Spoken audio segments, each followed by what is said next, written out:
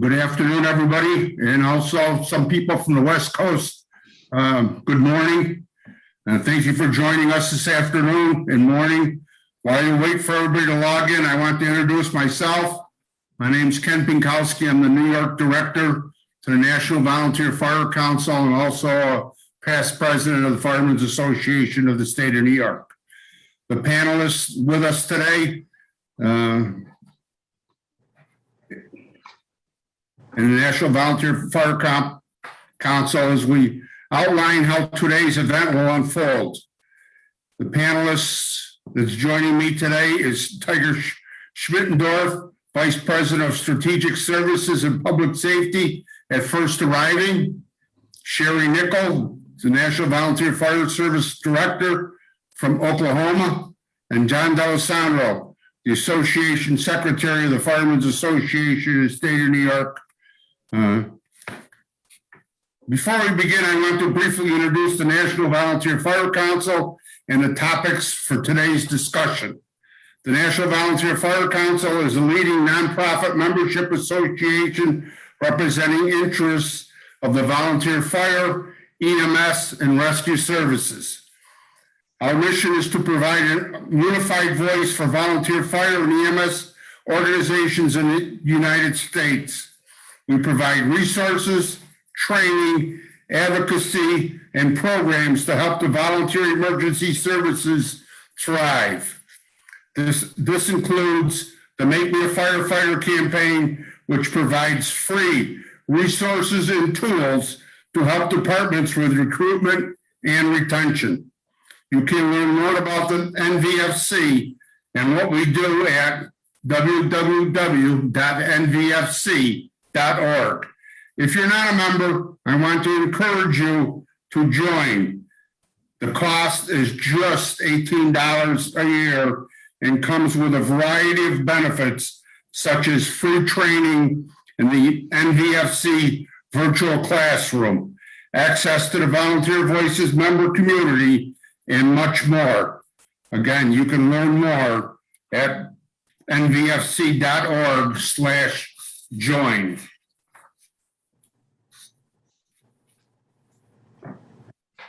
Today's discussion focuses on volunteer retention, a key component of the NVFC's upcoming recruitment and retention experience taking place September 17th and 18th in Cleveland, Ohio.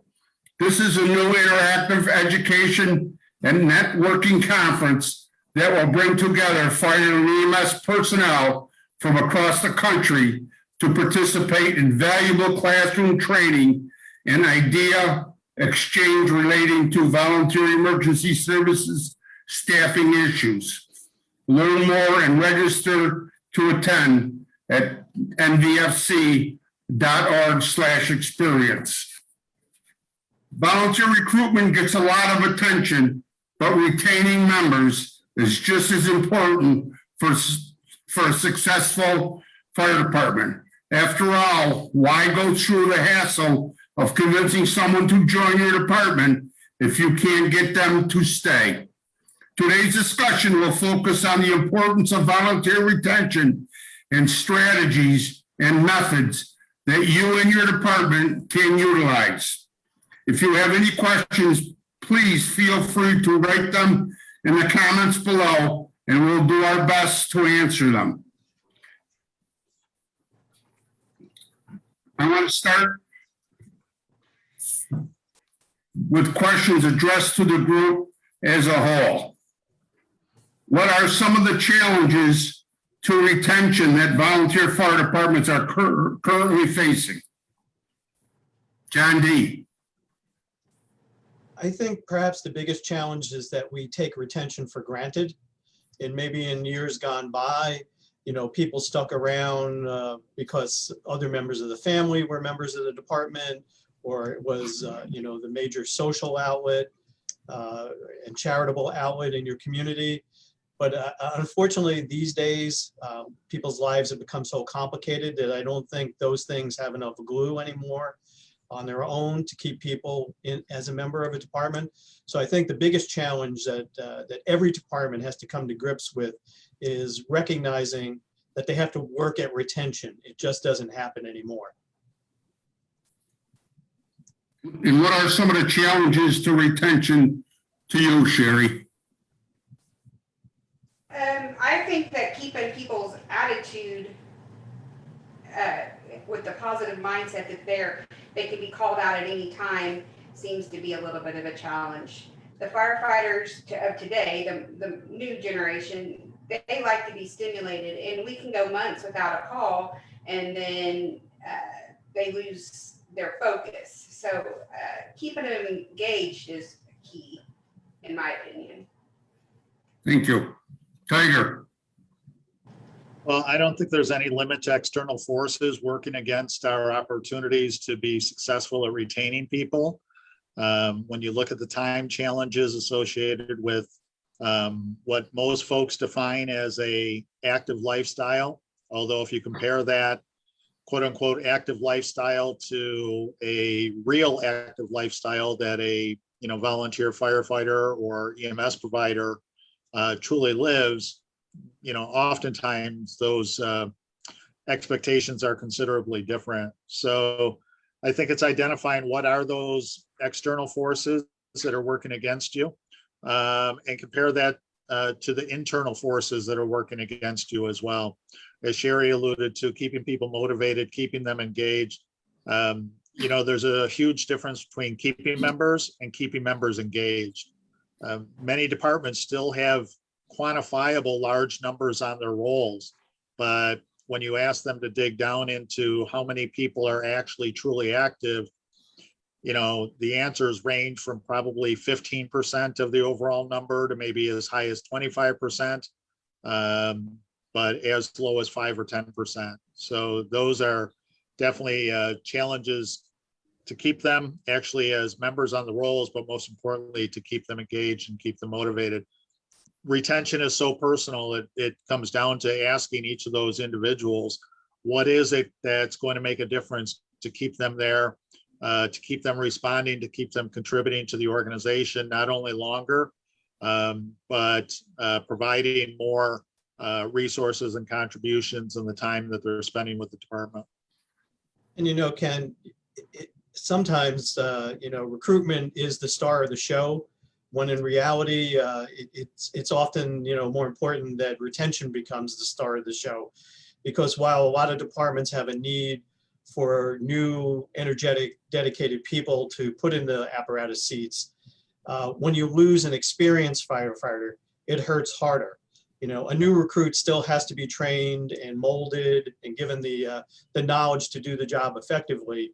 But when you lose a long-term volunteer, you not only have a vacancy in that seat, you have a vacancy of experience now. I agree with that. What are some of the strategies, methods, or best practices departments can utilize to overcome these challenges and have a higher success rate when it comes to retention? I'll start with you, Sheri. Well, I can only speak for the state of Oklahoma, but in my experience, we're having issues with the generational gap. The older firefighters seem to treat the younger firefighters like they're, for lack of better terms, dumb.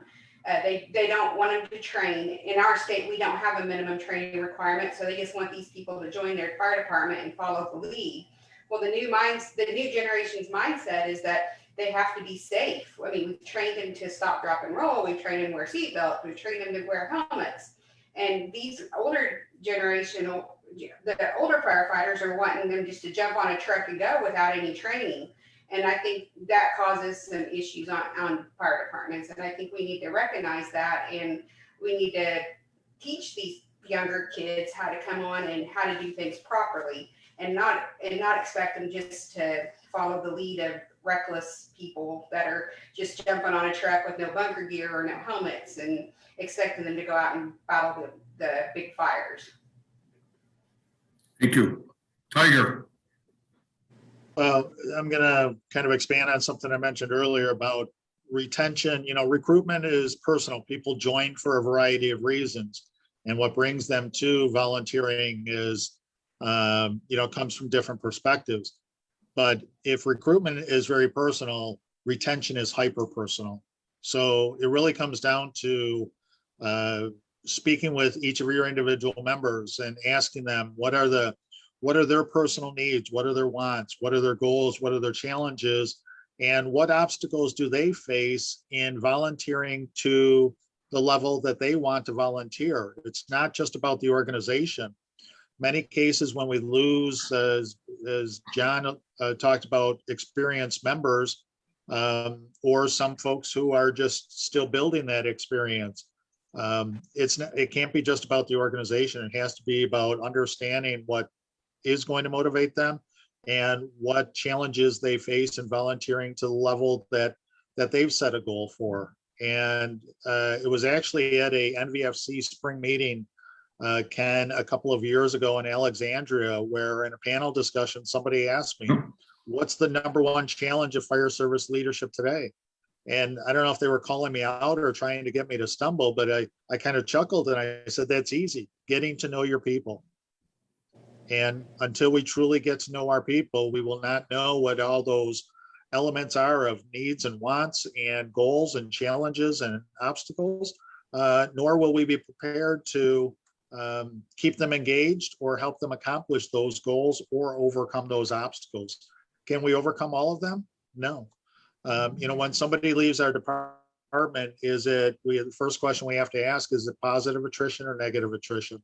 Did they leave for the right reasons? And right reasons are first and foremost because of family, perhaps other job opportunities, moving out of the area. Negative attrition is when they tell you that it was due to department culture or leadership. So it simply starts with getting to know our people, understanding everything that we need to know about them so that we can make sure that the expectations of the organization are meeting the expectations of the individual. And there's a lot to do with a retention. It could be leadership, department culture, training options, training hours, work life, and innovation and out of the box ideas, importance of onboarding. So, John D., your take on that, please, sir. Well, I think first and foremost, if a department wants to be honest with itself, they have to start from the premise that recruitment and retention are gears in the transmission, gears in the machine. They're inextricably linked, and for one to work, it has to be able to spin and sync with the other one.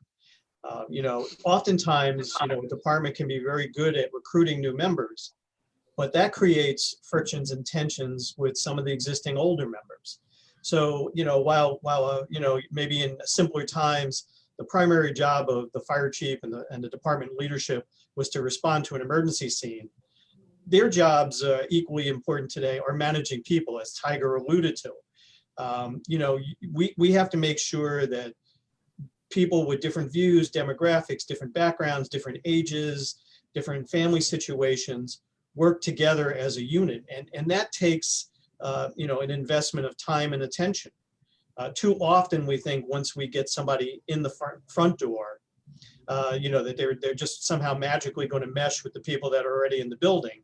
And then at the same time, we have nobody watching the back door because the people that were in the building are now feeling tense or unappreciated or, a whole host of reasons, and they're leaving.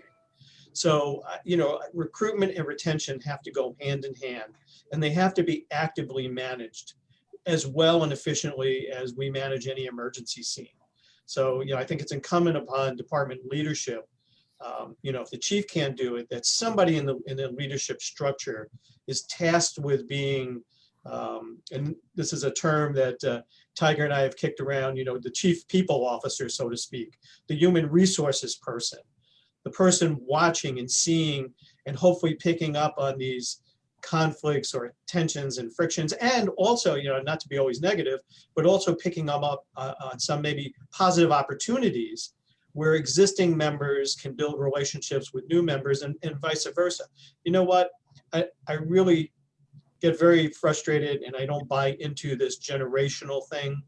You know, if we treat everybody with respect, if we treat each other as brother and sister firefighters, if we realize that we're all in that building because of our commitment to the people in our communities, then we should be able to find bridges to interact as people and as a cohesive unit.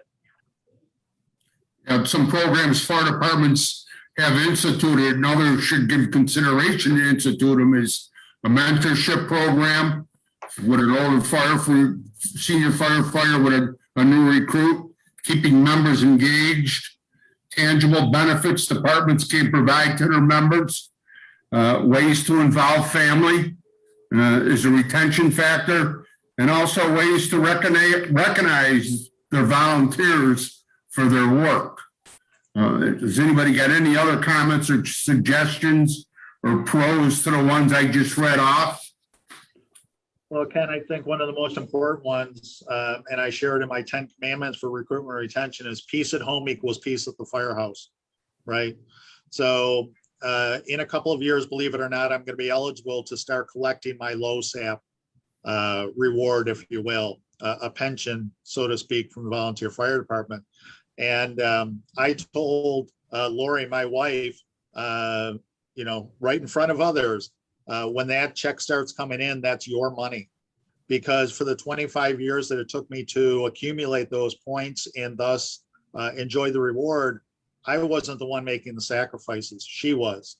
Absolutely. As I always say, it's not the ones getting up in the middle of the night. It's not the ones leaving the dinner table, but it's those who are left behind every time that alarm bell goes off, offering us another opportunity to go and do what we love. That's a direct disincentive to those who love us. So I think it comes down to targeting the right audience with your incentive programs, taking into account and matching the expectations of the organization to the lifestyle of your volunteers, certainly looking for ways. I think those departments that are capable of accomplishing close family integration and a support system, both for them and how the family supports the firefighters and first responders, coupled with a sense of value and sense of belonging that comes from inside the organization, but also external to the organization. When we can get our community to rally around our responders and they feel valued and they feel like they have that sense of belonging to an organization that is supportive of not only them, but their first family, that's when we're going to win all of that. And it doesn't matter. I think that is, regardless of what generation you represent, everybody needs that support system. And in many cases, we have young people coming into our departments today who don't have or never had that support system. And the fire service, the volunteer fire service specifically, has been known for being that support system for so many. And that's something that we need to get back to, and we need to recapture, and we need to regain, and we need to build upon it. It takes a full court press effort. I often ask the question, what takes longer, getting good people into your department or getting the bad ones the heck out, right? So there's that factor. We know that we have some people who have probably been in the organization to a point where they're now a negative influence, not a positive influence. And that can wear down the leadership, and it can also wear down the followership as well. But giving them that sense of value, sense of belonging, and sense of family is how we're going to win retention. Thank you. Sheri or John D., any comments on the programs that I shared? Yeah, I think, and it kind of building on what Tiger said, you know, somebody joins a fire department, they in effect now have two families. They have their firehouse family and they have their, you know, real family, their blood family. And the department has to recognize and try to make outreach to both of those. As far as the firehouse family goes, I know in our department a few years back, we started, you know, every couple of months just having a meal, you know, just cooking hamburgers or steaks or whatever. Not around a company meeting, not around a formal fire department event, but just, you know, open to everybody. Hey, let's just come and tell some stories about each other, call each other some names, you know, pick on each other, And but it builds that sort of sense of camaraderie, and oftentimes sort of, you know, acts as a safety valve of some tensions that might be building up. Okay. Again, I understand that, you know, there are age differences, and with age comes different perspectives, but that doesn't mean that there isn't a lot of common ground, especially for the reasons that we're all volunteering and doing what we do. Equally important is, you know, a firefighter's real family, whether they be a new recruit or a 30-year member.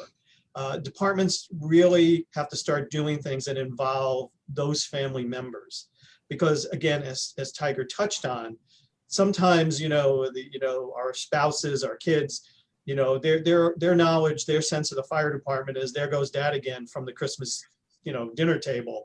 You know, he's out doing something for somebody else one more time. But I think if we can start having events where we bring families in, whether it be just a weekend barbecue, or seeing if they want to help with some fundraising event, even if they're not formal members of the fire company, it gives them a better appreciation for what we do, and for some of the stresses that we place on our families in doing our jobs to the communities.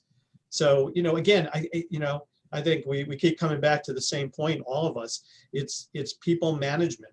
It's sort of, you know, being constantly on the lookout for those frictions and tensions, both in the firehouse and in the firefighter's life, and coming up with some positive ways to relieve those tensions, or build some, you know, some good positive energy. Family comes first. Sheri. I don't want to sound like I'm arguing, but I think our culture here is a little bit different than what a lot of departments are. In fact, in the sense that we don't have waiting lists for our departments. I mean, we have to use what we have. We do try to get buy-in from the spouse. More times than not, I've had firefighters come to me and resign because their spouse didn't want them out doing the job that other people get paid for. So we've tried to utilize our ladies auxiliary. We develop junior firefighter programs. We do offer family nights. Just trying to get buy-in from the family and let them feel like they're involved. We have spouses that bring us sandwiches and water and, you know, things out at the command post on the scene. So we do the best we can. I heard Tiger say, you know, get rid of what I can't remember exactly. So to speak, it was to get rid of the older people, or get rid of the bad apples and bring in the new apples. We don't have that. We have not over 900 volunteer fire departments in our state, and if they get mad at one department, they just hop to another one. So it's just not as easy for us here in the central part of the United States to just get rid of the ones. We have to utilize the talents of everybody on our fire departments in one way or another. Well, and Sheri, I think you're touching on an important thing, and it's something that, you know, we address on several levels, but it's getting departments and department leadership, formal or informal, or whoever is responsible for both recruitment and retention. And you know, the reality is that recruitment and retention are, quite honestly, so interdependent that we really can't talk about one without the other. But it's looking at that big site, the big picture, and mapping out, going through a process that we do with the departments we get to work with, of mapping out the entire volunteer life cycle, from the moment of inquiry to the moment they raise the right hand and commit to serving, through the onboarding process, and everything else after that is retention, right? And the relationship between an organization and its volunteers is like any other relationship. It requires maintenance, right? It's no different than friendships. It's no different than marriages. It's no different than employer-employee relationships as well. Ken, you touched on some of the tangible benefits departments can provide. There's virtually no limit, only maybe by our imagination as to the types of things that we can provide. But a lot of folks ask me, what's a good incentive program for a volunteer? And my kind of stock and blunt answer is, what are you asking me for? Ask your volunteers. Yeah, absolutely. Right? So that's where it starts, and then tailor what you're able to provide and can financially support, most importantly, sustain in our organizations. Right? Consistency and continuity is the bane of our existence in the volunteer fire service. We're great at starting programs. We're not as great at following through and building that sustainability with these programs as well. But most importantly, ask your members what's going to make a difference for them. You'd be surprised at the answer. You want some real interesting answers, ask the family what's going to make a difference in their volunteer being able to either serve longer or provide a greater service and make more contributions than they're making today. It's all about including your people and not telling them that's what's going to happen. Right. Yeah, those kind of decisions can't be done in a vacuum. You know, the analogy I use is, you know, if I'm a hat guy and John's a t-shirt guy and you're a sweatshirt guy, does it make sense that everybody gets hats? Probably not, because somebody's going to be disappointed, right? So, so it's tailoring. It's almost, you know, what we really need these days in terms of whether it's financial or tangible incentives. It's having an a la carte menu available to people that, again, meets their expectations and meets their commitment level and also meets the budget of the organization. What do you feel is the most common retention mistake departments make? Well, I think I just answered it. I think it's making those types of incentive or benefit decisions in a bubble without actually asking what the membership wants and needs, right? Again, it comes back to my earlier statement. Greatest challenge of fire service leadership today is getting to know their people. John? I think right up there with what Tiger was just outlining is that departments take their existing members for granted sometimes. That they think, you know, they've been here for 30 years, there've been ups, there've been downs, and they're going to be here until they physically can't do the job anymore. I don't think that's true these days. You know, again, I think, you know, sometimes we're so laser focused on recruitment that we don't realize that once we get them in the front door, it's equally, if not more important, to integrate them in with the existing group of people. Now, going back to, you know, consistency and conformity and equality, you know, a new young rookie is no more important and should not get, you know, any more benefits than the person that's been there for 30 years. But the opposite is true.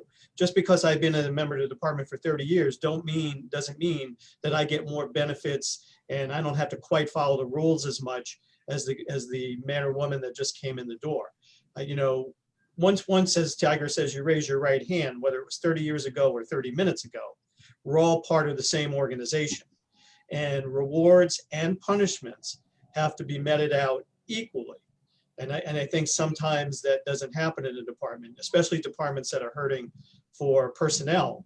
You know, they'll turn a blind eye to this young, energetic 2 or 3 young firefighters that have come in, and they're sort of, you know, kind of like trying to take over or perceived to be taking over the firehouse, playing video games in the ready room. Well, you know what? We got to make some accommodations for that, but we also have to keep order. We're a paramilitary organization. We got to keep that chain of command. There has to be a level of respect, you know, both from the newer members to the older members and from the older members to the newer members.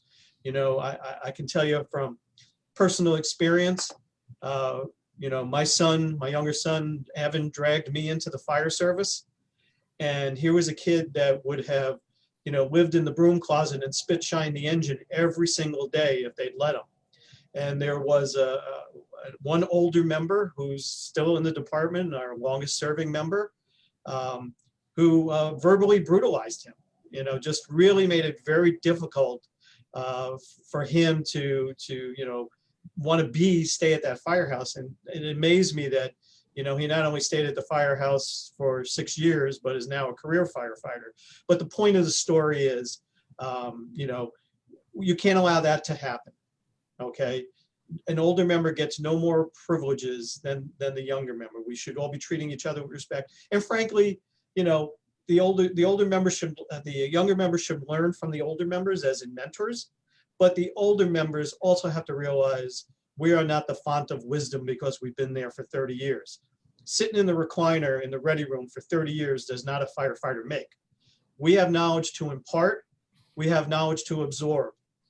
They have knowledge to give, and they have a lot to learn. And I think that's leadership's responsibility to build that kind of atmosphere. Sheri? I totally agree with what John is saying on that. I don't think I have anything else to add to that one. Retention research by the National Volunteer Fire Council found that many volunteers leave due to unsupportive leadership and a negative or inclusive department culture. Can you talk about how leadership and culture impact retention and ways departments can foster an environment that benefits retention? Sheri, I'll start with you, please. I think that we just need to mirror the things that we've already talked about on that. Just keeping everybody engaged and utilizing the talents that our members have. And I mean, I think we've pretty much addressed that one already. Tiger, I don't have anything to add to that anyways. anything to add?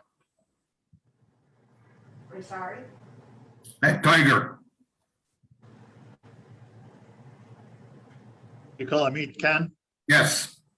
Yeah. The bottom line is it starts at the top, right? And, it's creating that open, inviting, welcoming environment. Being inclusive just starts there, right? It's being open to other perspectives. And again, the Maslow's hierarchy of needs was, created about a century ago or so, and it really hasn't changed since. So just that sense of value and sense of belonging is what people are looking for. I won't lie to you, I hear from departments virtually every day where the quote unquote leadership is driving out, the members of the organization. My personal take on that is don't confuse the word officer with leader, right? The two are not synonymous. So I would say it's bad officers who are driving out the membership. I wouldn't even give them credit for giving them the title of leader. I don't believe there's such a thing as bad leadership. There's bad management, there's bad officers, there's bad people, but if you're a leader, you're going to be doing so in a positive way. And it's just creating that nurturing and welcoming environment that, again, comes back to that sense of value and belonging that everybody wants to, have. And when we open ourselves to different backgrounds, to different perspectives, different people, diversity is an outcome of inclusion, but it starts with being inclusive, and it has nothing to do with race or creed or anything of that nature. It starts with simply accepting people for who they are, and both the contributions that they make to the organization, but also having equal respect for the challenges that they face in volunteering and serving to the level they want to serve. So that culture is critical.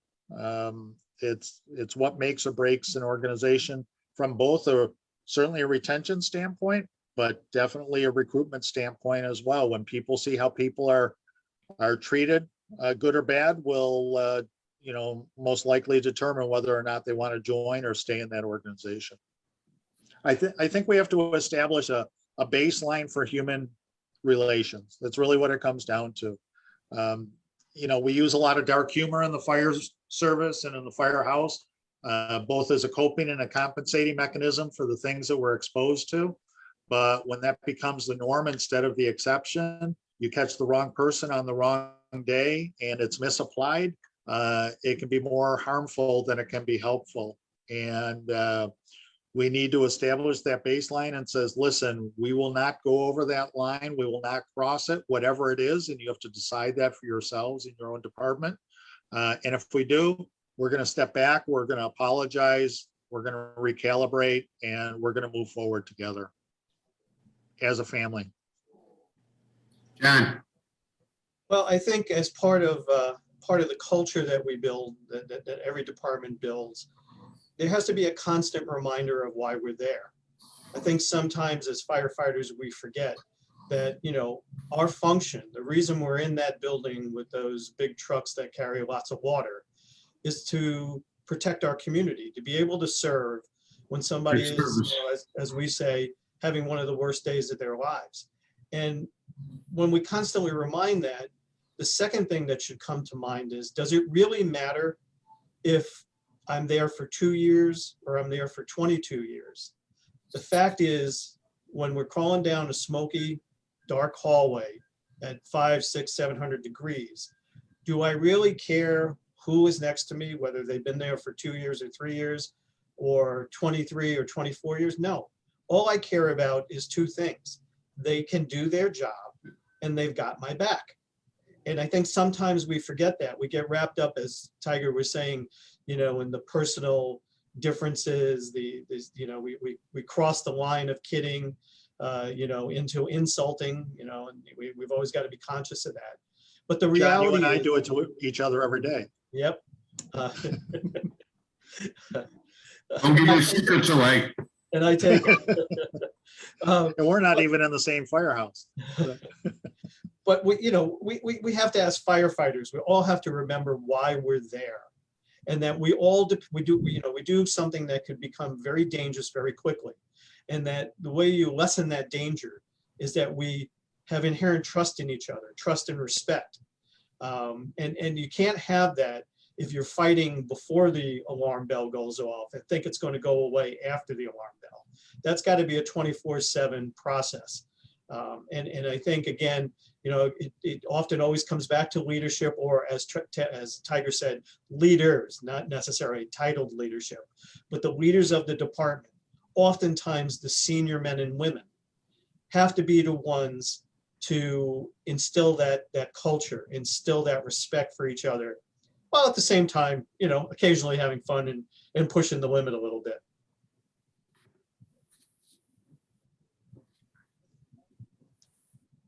I want to point out that there is no one-size-fits-all retention solution, and that leaders need to get feedback from their members to determine what is working, what to change, and what types of incentives and benefits to offer, like Tiger said earlier. Have any of you heard of any innovative or outside of the box solutions departments are implementing?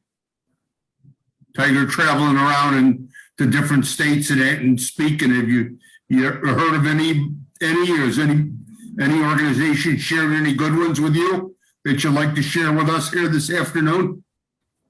Yeah, I think it's there's probably the most, I don't know what I'm going to say, memorable is a department that literally had a catalog of both benefits and incentives.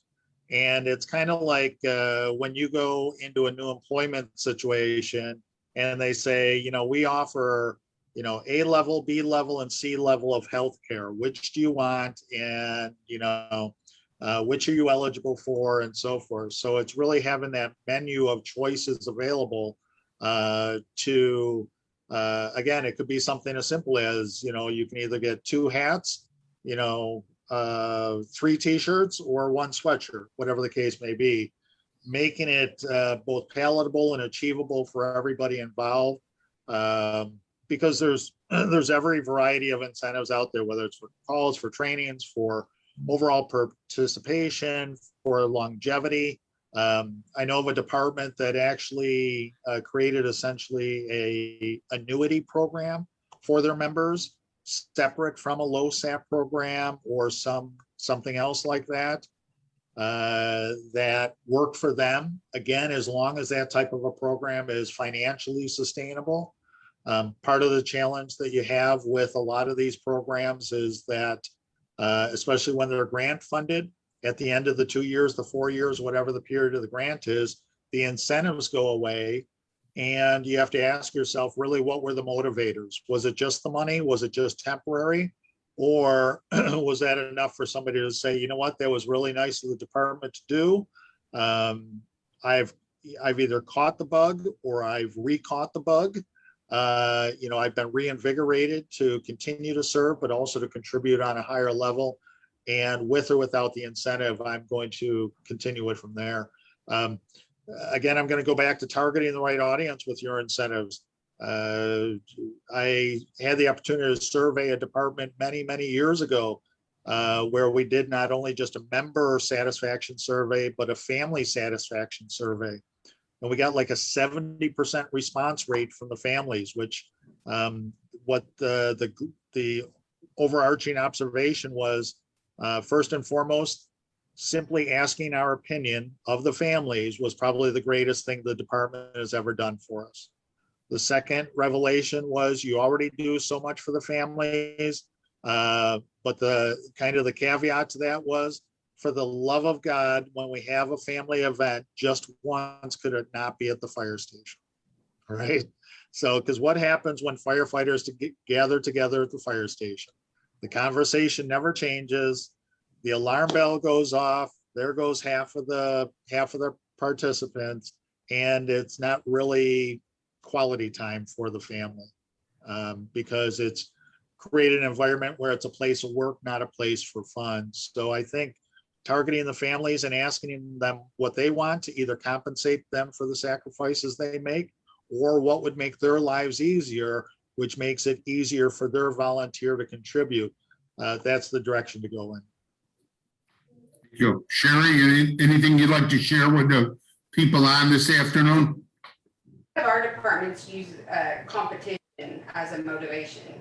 They have charts on their walls to show which firefighters are getting the different levels of training.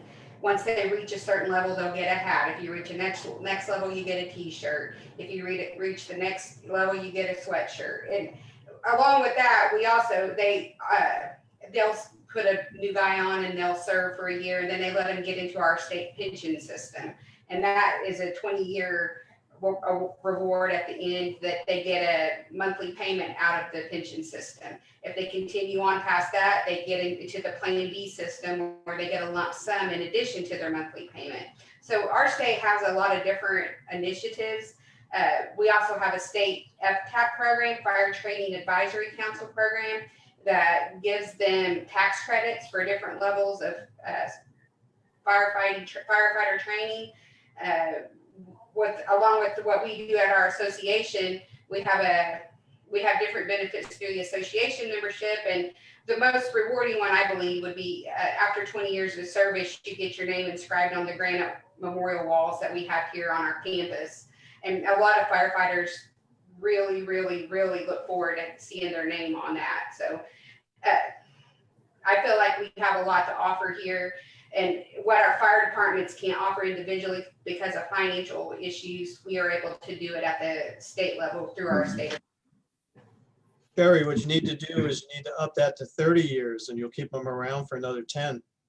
The Plan B part, where they get the lump sum, the longer they stay on, the more of a lump sum they get. So an initiative in itself. John? I'll just add this as maybe a little a different perspective on incentives and rewards. Sometimes people just want some recognition, and for the most part, we all do this not because we want somebody to thank us, 7 times a day. We do it because of our personal commitment to the community. But having said that, it is also nice to get a simple thank you once in a while, and things like posting on your department website who was the biggest responder last month, or who did the most training hours. Doing a community newsletter, also highlighting people in the department and achievements that they've made. And frankly, sometimes, we've toyed with doing this in our department. Regretfully, we haven't done it yet, but just do a little survey card, a postcard, postage paid. When you go to a call, leave it with the homeowner. I mean, just getting some of those back and reading them at a company meeting, or reading it to the membership, just gives a great feeling of satisfaction that, all this time and energy that we as firefighters are putting in, and all the stuff we put our families through is well worth it and appreciated in the community. So, it's just, it's a blend of these sort of hard rewards and incentives, but also just, the realization, the informing the membership that the community does appreciate what we're doing. Sure. Question for you, John. I know our discussion today focuses on retention, but retention and recruitment go hand in hand. While we have John here, I'd like to take a few minutes to talk about a recruitment initiative that FASI facilitates called Recruit New York.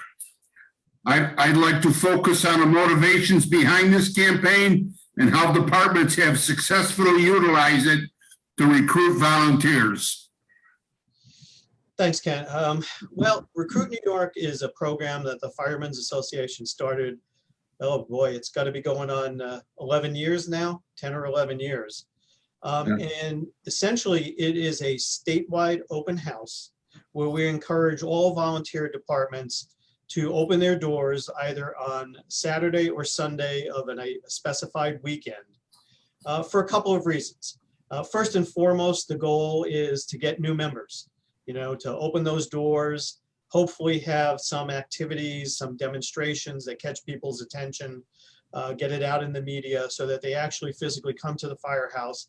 And, that spark of interest, that little kindling of interest that they have gets ignited to the point where they will fill out an application and hopefully ultimately become a member of your department. But equally important, in addition to getting new members, is to sort of renew and re-energize that relationship between the department and the community. Even if somebody comes and spends an hour during Recruit New York open house weekend, but doesn't join, they still hopefully will walk away with a better sense and appreciation of what the men and women in that building do for them. So, it's been a growing success. Every year we get more and more departments to participate. We have about just under 1,800 volunteer departments in New York. So you can see we're never probably going to get all 1,800 of them to open their doors. But every year we've consistently grown to the point that pre-COVID, I think, Ken, we had almost 700 departments 700 up early telling us that they were going to open up one or both of those days. COVID posed an interesting challenge, for all departments, but certainly for Recruit New York weekend, because a lot of buildings were not open. So we had to turn more to sort of virtual outreach, which, some of the numbers of participating departments dropped a bit. But, to our positive amazement, a lot of departments did seize the opportunity to do this virtually, to do Facebook Live events. I know Tiger was instrumental in getting a number of departments to actually do some, hands-on stuff, that people could watch virtually and see what it meant to be a member of the department. So I think moving forward, if COVID has had any positive benefit, is that it's opened up our eyes to a whole new world of communicating, that we're going to see hybrid events, that Recruit New York is not just going to be a physical open house these days, that it can be a physical open house or a virtual open house or a combination of the both. And again, I think that plays to people's lives being more complicated, people having less free time. This gives them an opportunity maybe not to be able to go down to the firehouse, but just to get online for 15, 20 minutes and see what it's all about. So, I encourage, no matter what state you're in, no matter how big or small your department is, I would encourage you to do something like a Recruit New York weekend. Obviously, here in New York, we do it statewide, and we try to do a big media push statewide to sort of build that momentum. But even if you could just join in get the 3 or 4 departments in your area that cover your town or your fire district to do it together, you'd be surprised at how much momentum builds up. And I think one other thing that really sometimes we forget is that it's not a zero-sum game. If 5 neighboring fire departments open their doors and somebody comes to my department and we find out that they're not, they don't live in my coverage area, we just don't send them packing, or we just don't say, well, you need to go to the firehouse, 2 miles down the road, make a left. we need to get their contact information to make sure that the chief or the recruitment coordinator at that other department is got this information to reach out to them.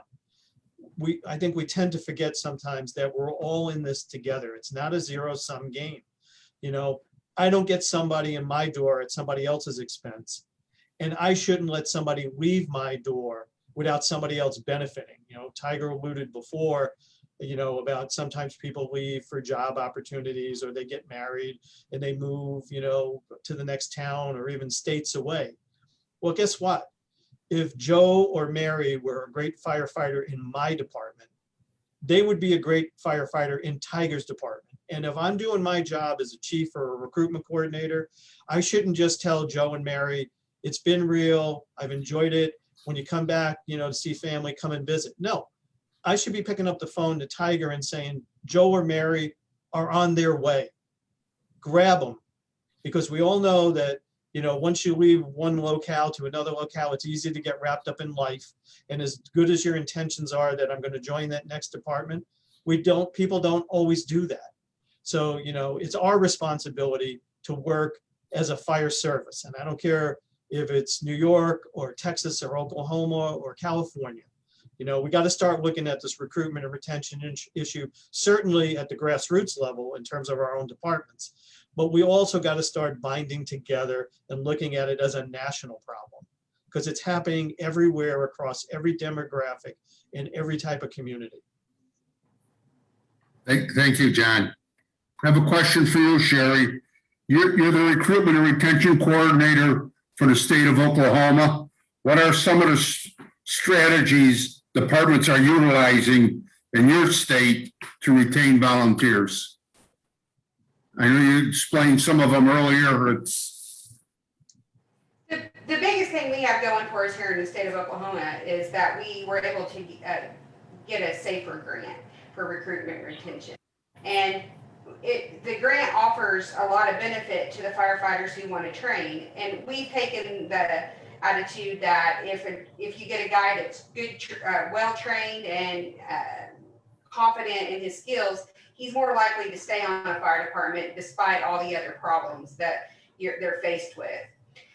When we very first started the program, it was very hard to get people to buy into it. The volunteers don't have time to take off work and go sit in class 2 nights a week. Or our traditional Firefighter 1 Academy here in Oklahoma is off-site in one location, and everybody's expected to travel there, and then it costs them for their meals and their hotels. So when the grant was written, they wrote in enough funding to cover the hotels and the meals, and we still weren't able to get people to take it. The numbers prior to the implementation of how we ended up doing it was that we were getting 45 volunteer firefighters trained to the level of Firefighter 1 every year. And you have to remember that in our state, we don't have training requirements, so Firefighter 1 is not required. But I discovered that there was an online or hybrid type program through Fire Protection Publications where the firefighters can work at their own leisure. They can do their coursework, their quizzes, and their tests and their reading, and then they have to hit certain benchmarks. And once they get through so many chapters, we have scheduled skills days. And we started doing what we call online hybrid training through Resource One, which is the program by Fire Protection Publications. And we did it regionally where the firefighters don't have to travel so far from home. Very few have to pay for hotels. We still offer them per diem. They still get mileage if they have to travel more than 50 miles round trip. And then at the end, after they pass the required IFSAT test and get their certification, the grant allows us to buy them a full set of PPE. Since we started doing that program, we've done 20 different classes across the state of Oklahoma. And our final number at this time is we've trained 380 in the last 3 years. It's been very successful. There's a very high demand for it. And we're real proud that we were able to get that mindset changed in our volunteers and let them know that they don't have to struggle so much through while going to training. Additionally, we identify different problems that firefighters are faced with. They don't have the time to read the book. They don't have the reading comprehension levels that they need to pass the test. with that, we went to FPP and we asked them to record an audio book where if we have a farmer out driving his tractor during harvest, he can listen to the essentials manual. And sometimes it's easier to absorb the material by listening to it than actually reading it. So with that, we were able to get that book recorded, and now that book's available worldwide through FPP. So we just had to take a different spin on it and try to figure out how to get the training out to them rather than have the training come to us. That's great. Thank you. Tiger, as we wind down here, any great recommendations or suggestions that you can give to the people on this afternoon for retention and recruitment? I know you shared a lot of great ideas up until this point, but just any closing thoughts or anything else you'd like to add and share with us? Well, specific to retention, I think it's not only important to ask your alumni of your department what caused them to leave, because that's important.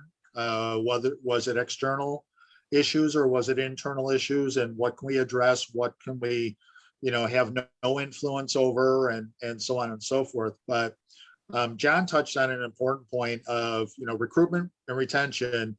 Either way you look at it equals recognition, right? It again, that comes back to that sense of value, that sense of belonging.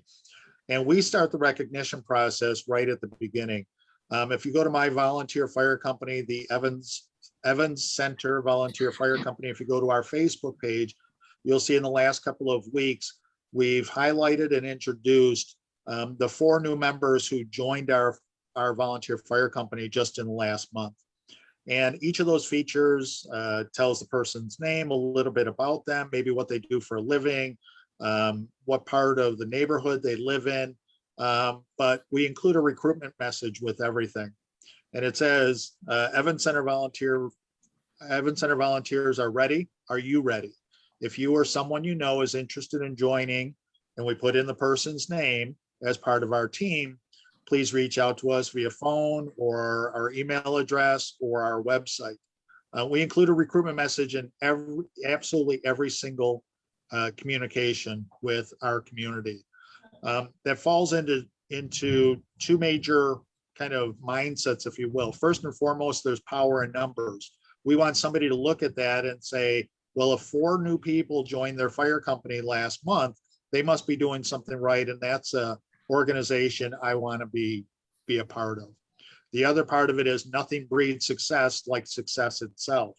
So again, they're going to look at that and they're going to say that's a successful organization.